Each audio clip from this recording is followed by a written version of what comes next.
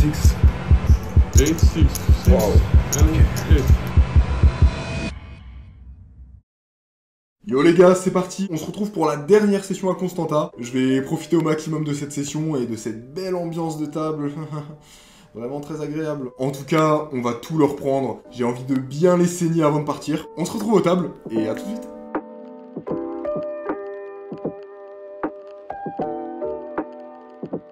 On arrive sur la table et on se retrouve avec des joueurs très fréquents du casino, des joueurs que je connais bien et que je vais savoir bien exploiter. De quoi bien finir cette série à Constanta et faire un maximum d'argent pour notre dernière session.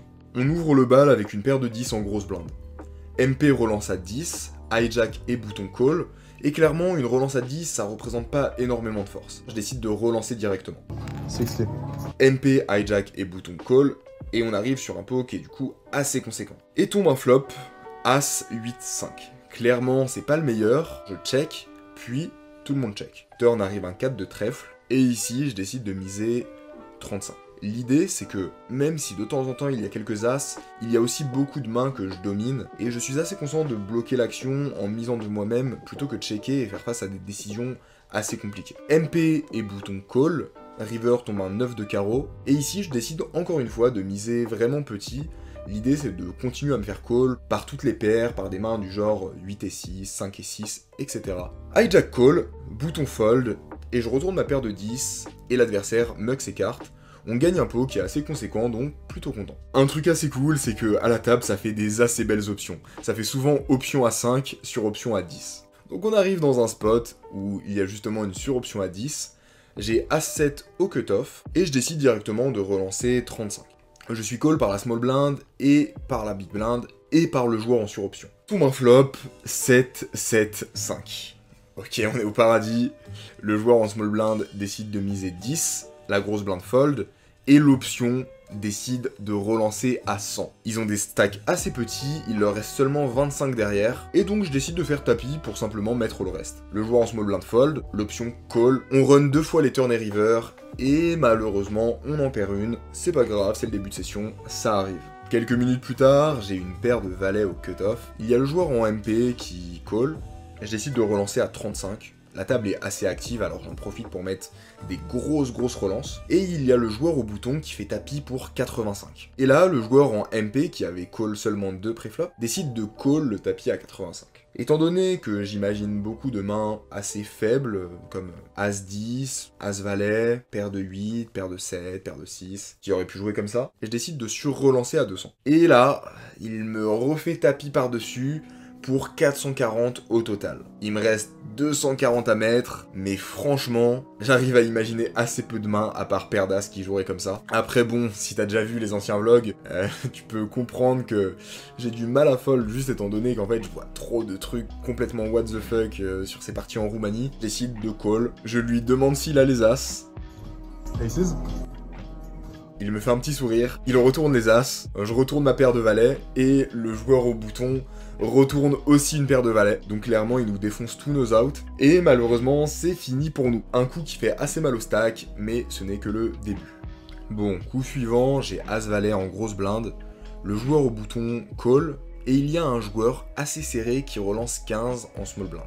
C'est un joueur qui vient très probablement du online, on voit qu'il est là pour faire de l'argent, mais en même temps son jeu est assez faible. En vrai, je pourrais limite fold directement préflop, parce que As-Valet, c'est pas si fort que ça, étant donné que lui, sa pire main, j'ai envie de dire, dans ce spot, ça sera As-Valet, Roi-Valet, ça va pas aller largement en dessous de ça. Et pour autant, il aura tous les As-Roi, As-Dame. Donc on pourrait se dire que je pourrais fold directement, mais c'est juste qu'en fait le joueur est trop faible, et je pense que je vais pouvoir pas mal l'exploiter post-flop. Arrive un flop Dame-Valet 5, il décide de check, clairement quand ce genre de joueur check sur un board Dame-Valet 5, avec un flush draw, j'imagine jamais As-As, Roi-Roi, As-Dame, peut-être Dame-Dame juste, mais en général quand il va avoir une main forte, il va vouloir protéger directement, et value directement. De mon côté, je décide de check, j'ai pas besoin de protection, et dans tous les cas, j'ai pas une main qui a envie de faire grossir énormément le pot. Le joueur au bouton check, et turn arrive la doublette du 5. Et le joueur en small blind mise 25. Ça représente pas mal une main comme Roi-Valet, donc j'ai un call qui est assez facile. Je call, bouton fold, et river tombe un roi. Ici, il décide de miser 35. Ce qui est intéressant, c'est que Ce joueur-là, dans ce spot, n'a jamais As-10 parce qu'il n'aurait pas misé à la turn. Il n'a jamais de 5 parce qu'il n'a isolé aucun 5 préflop. Et pour autant, je pense pas que quand je call, je gagne très souvent. Pour moi, c'est très souvent, en fait, Roi-Valet, c'est à peu près la seule main que j'arrive à imaginer dans sa range qui aurait joué comme ça. Et peut-être une main comme Dame 10 qui aurait décidé de ne pas miser à la turn, mais ça m'étonnerait qu'il mise aussi cher à la river. Donc vraiment, pour moi, c'est très souvent Roi-Valet. Et je sais que si je relance ici, ce genre de joueur qui me perçoit comme un joueur assez serré, va avoir vraiment peur et va fold quasiment tout. J'essaye de transformer en bluff, et je relance 125. Il hésite un moment, puis il fold. Je lui retourne mon bluff, et je vois vraiment pas mal de déception sur son visage, donc assez sûr qu'ici, on a fait fold la meilleure main. Si je décide de montrer ma main ici, c'est pas juste pour me foutre de sa gueule ou pour le provoquer, c'est juste que c'est un joueur qui est assez serré et qui va souvent jouer des mains fortes. Par définition, c'est pas un joueur que je vais m'amuser à beaucoup bluffer. Il va être assez conservateur et il va être capable de faire des gros folds. Et étant donné que je vais peu jouer contre lui, j'ai vraiment envie que quand je touche une main forte et qu'il a une main légèrement en dessous, bah, que je puisse lui faire mettre tout son stack au milieu, quoi. Ok, main suivante, j'ai Dame 10 de trèfle au hijack et je décide de relancer à 20. Là, il y a un truc assez marrant, c'est que le joueur au bouton me relance 40. Clairement, ça pue. D'expérience, c'est très souvent As-As, Roi-Roi. Mais bon, on a un call parce qu'on n'a rien à rajouter et on est assez content si on vient toucher un brelan de dame, brelan de 10 ou une double paire. En plus de ça, les joueurs en small blind et option call, donc on a un call qui est assez facile. Arrive un flop, Dame 10, 4. Ok les gars, j'avoue, on chatte un peu aujourd'hui, mais bon, ça fait partie du jeu. Tout le monde check, ici je décide de checker aussi. J'ai vraiment envie que le joueur au bouton mise des mains comme As-As, Roi-Roi, que tout le monde call et que je puisse ensuite sur-relancer par-dessus. Alors vraiment, un clair check ici. Comme on pouvait s'y attendre, le joueur au bouton mise 55, la small blind call, l'option call, et je décide de relancer 225, car c'est un board qui est vraiment très dynamique, et j'ai pas envie de leur laisser un trop petit prix non plus. Et là, le joueur au bouton refait tapis par-dessus pour un total de 270. Les joueurs en small blind et option décident de fold, et forcément je décide de call. On décide de run seulement une fois, et la turn tombe à un 4, clairement c'est la pire, car maintenant il y a tous les As-As Roi-Roi qui nous battent, tombe la river, et finalement, miracle, on gagne malgré tout. On monte un beau stack là-dessus, clairement ça fait plutôt plaisir. Bon, on commence à bien prendre le rythme, on roule bien sur la table, on se régale, et on va continuer dans ce sens-là. J'ai Dame 9 de trèfle en small blind, option à 5, cut-off et bouton call, et je décide de relancer 35. Le joueur en option vient se rajouter à la partie et décide de call, le cut-off fold et le bouton call. On arrive à 3 sur un flop, Dame Valet 8. Ici, je décide de miser 50 directement en value, le joueur en option call et le bouton fold. Le joueur en option qui m'a call est un joueur assez... je dirais pas intelligent, mais voilà, il sait quand même réfléchir et globalement, ses actions sont toujours assez cohérentes. Ici, je décide de miser 50, par le simple fait que j'ai toujours envie de me faire call par un valet ou par un 8. Et là, il me relance à 115. Assez bizarre. Il y a énormément de tirages à la turn, et je verrai pas à quel moment il relancerait cette taille de mise avec une main vraiment forte. Pour moi, il aurait beaucoup plus d'intérêt à relancer 150, 170, et je pense que c'est un joueur qui le comprend. Mais par contre, il peut toujours avoir des mains comme Roi-Dame, As-Dame, potentiellement des doubles paires un peu faibles comme Dame 8.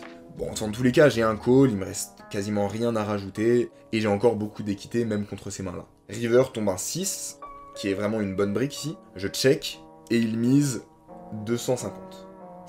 Ça représente rien du tout. Une main qui va miser très peu cher à la turn, et ensuite miser cher quand il y a tout qui mise, ça représente juste un bluff. Pour moi, dans sa range à la turn, il n'y avait que Roi-Dame, et je sais qu'il va jamais miser ce sizing à la river. De ce fait, je décide de call assez serein. Et il retourne 10 et 8 de trèfle, donc il avait transformé en bluff à la turn. Vraiment content, on a des lectures de fou sur les adversaires, et on se trompe très peu. Donc clairement, ça fait plaisir. Arrive le vrai dernier gros pot de Constanta. On va essayer d'en profiter au maximum. Option à 5, j'ai As-Dame au cut-off, je relance 35. Small blind et big blind call. Arrive un flop 9, 4, 4. Et là, le joueur en small blind fait une action assez particulière. C'est justement le joueur qui vient de me bluffer le coup d'avant et que j'ai catch. Il décide de faire tapis pour 225. C'est assez particulier, même si en vrai je pense qu'on est souvent derrière. Il a souvent au moins un 9. Je pars plutôt vers une décision qui va vers le fold. Et là, pendant que je suis en train de réfléchir... Non. Il me demande si j'ai les valets, en gros pour me dire, mec, si t'as les valets, c'est normal que tu réfléchisses, donc si t'as As-Dame ou As-Roi, fold automatiquement. Quand un joueur assez mauvais dit ça, c'est toujours pour me faire prendre conscience que je dois fold et qu'il représente une main forte. Je serai plus vigilant contre des joueurs expérimentés parce qu'ils pourraient faire ça justement pour me faire croire ça, et en fait... provoquer autre chose, enfin bref, un peu une metagame. Mais là, c'est un joueur qui est clairement amateur, et je sais qu'il n'y aura aucune pensée au 3e degré quand il va me demander ça. En plus de ça, j'ai l'information que c'est un joueur qui ne parle pas quand il est en value. C'est vrai que ça c'est un pattern que vous pouvez vraiment remarquer assez facilement. Il y a des mecs, quand ils sont en value, ils sont crispés, ils regardent le board, ils ne lâchent pas un mot, et quand ils sont en bluff, ils vont essayer un peu de social, ils vont essayer un peu de parler, de titiller pour faire les mecs à l'aise. Là, c'est typiquement ce que ça représente, je trouve. Et donc ici, je suis assez convaincu qu'il bluffe. Je call assez confiant. On décide de run 2 fois et il retourne 8 et 6. 8-6. 8-6. 6. Wow. And Ok. 8. Putain, quel chatard. Mais bon, j'ai bien lu l'adversaire, alors j'ai de quoi être content de moi. Après quelques petits coups qu'on grignote, je décide d'arrêter la session et on en finit ici pour Constanta. Un peu de nostalgie, même si en vrai je suis assez content de partir et d'aller vers de nouveaux horizons et de plus belles tables. Les gars, si vous avez kiffé, pensez à lâcher un like et à vous abonner. C'est que le début, l'aventure va être longue et il y a plein de choses qui vont arriver. Je suis persuadé que vous allez kiffer ça à 100%. Allez, c'est parti, on se retrouve tout de suite pour le débrief de la session.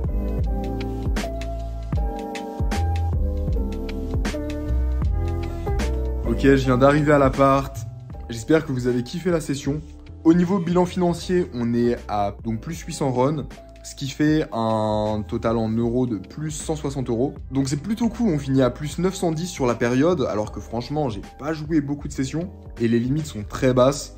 Vraiment super content. Au niveau de la session de ce soir, je suis hyper satisfait parce que franchement, je trouve que j'étais bon partout, quoi. Genre ma décision était vraiment toujours la bonne. À côté de ça, j'ai pas eu beaucoup de réussite sur les coups à tapis, mais j'ai tellement fait des bons calls, des bons bluffs, qu'en fait, c'était largement compensé. En tout cas, moi, j'ai trop kiffé. Je vous cache pas, je suis content quand même de partir, parce que l'ambiance à la table et tout, c'était pesant. Donc là, je leur ai fait mes adieux.